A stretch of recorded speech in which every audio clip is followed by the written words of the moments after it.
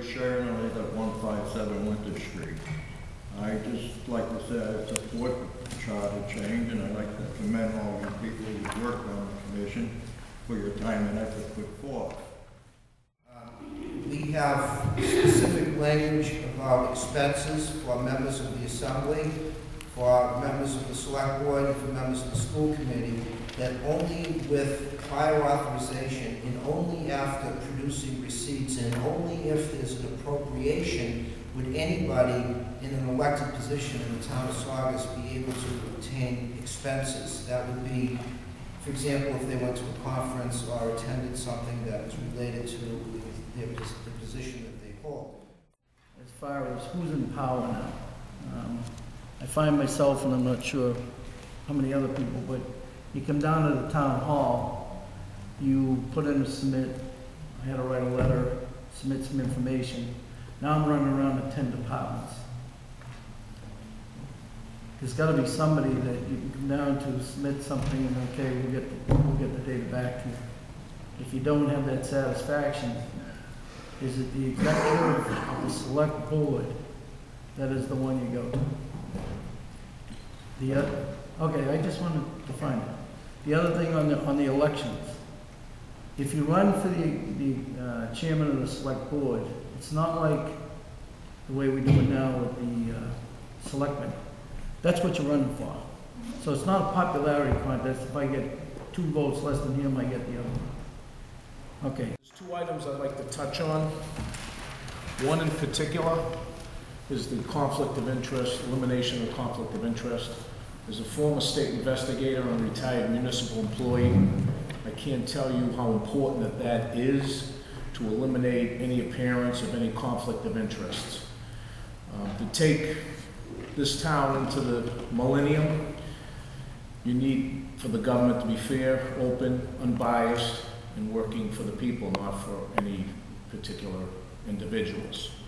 And I believe in this charter change because I believe we the people can and should govern ourselves.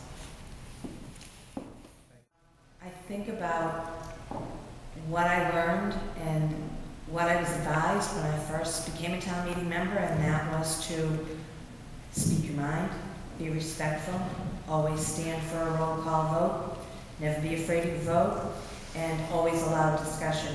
And over the last 20 years, we've changed, and our charter hasn't changed with the times. We're in a very difficult time right now, something my generation has never experienced. My parents' generation did not experience, but our grandparents experienced. I read the advertiser and it talked about the budget and where we're at Finance Committee last Wednesday, but what it didn't say was any specifics. We don't have a conservative budget that allows us to spend what we have and move forward as the dollars come. What we have is spending with no thought to the future.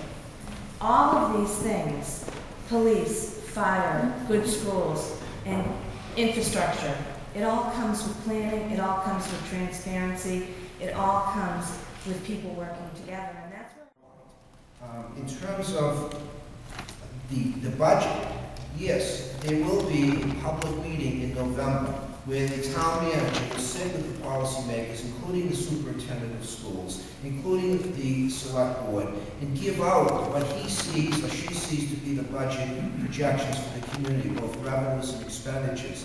Then it will be up to the select board in a public meeting to decide those policy guidelines by December 15th. So that if they want to prioritize public safety in a particular year or a playground in another year, they have to do it at a posted public meeting prior to the town manager going off to develop a budget. Right now, under the current model, the appointed town manager that you do not elect drafts the budget, gives it to the selectmen for 15 days, the selectmen you do elect, and oftentimes they make minor adjustments, or most cases, really none at all. On average, they spend 4 to 5 hours on that budget, and that's from the minutes downstairs in the clerk's office.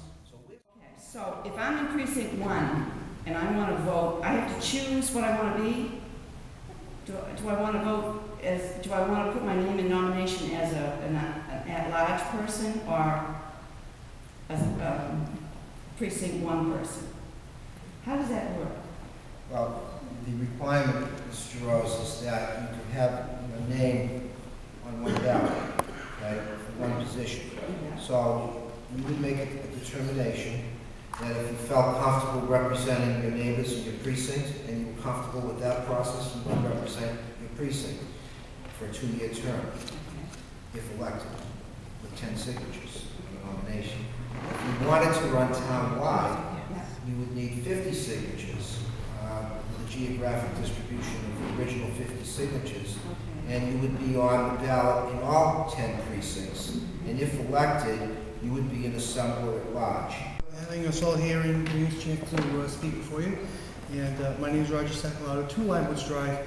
Thank you for all your hard work. I've been on your side, not for anything this extensive, but I know it's a lot of hours, and I'm sure everybody appreciates the time and energy you put in. And it certainly is evident with the work you've done, that you've taken this work very seriously and done your homework and are acting really in the best interest of the town. So I want to talk about budget, the school-town budget integration. And I know that there's been some statements that say that this parts of the charter are intended to improve the budget situation between the town and school, where the school says we want this much, and the town really sort of says, well, we only have this big of a hole. Please make your square peg small enough to fit into it, and that'll do. Looking through the language here, though, I don't see some of the potential for improvement. I'm going to have a fairly large suggestion at the end of all this, so I do have a point I'm going to get to. So, for example, the suggestion I have is to have the school board chair or designate also reciprocally have a non-voting but participatory role in the select board. That's my suggestion. That's all I have. Thank you, Mr. Sacalato. Accessibility and transparency. That's what the residents in this town want. They showed that by signing your charter commission papers. But 2 words that stuck out to me tonight that I heard was, but through that process, through Article 6, there will be, I think these 2 words are very important, no surprises. After sitting on a town meeting, attending several FinCom meetings, sometimes we're hit with surprises and sometimes they kind of come too late rather than early. When you get surprises, you're faced with making, I would say, tough decisions in not a good time frame. So I appreciate that through this article there will be no more surprises. I also like the fact of the 5-year capital improvement plan. I see elections being held in April. I think that'll turn out, I think we'll get a greater voter outcome. I think we'll get more people out to vote in April versus November. One being because the weather's nicer, second being because it's lighter out. I just think people are maybe better in the springtime versus the winter. And I think that we will get a larger turnout in that. I also like the fact that if you want to run for re-election, as now as a town meeting member, you can just send in a letter saying,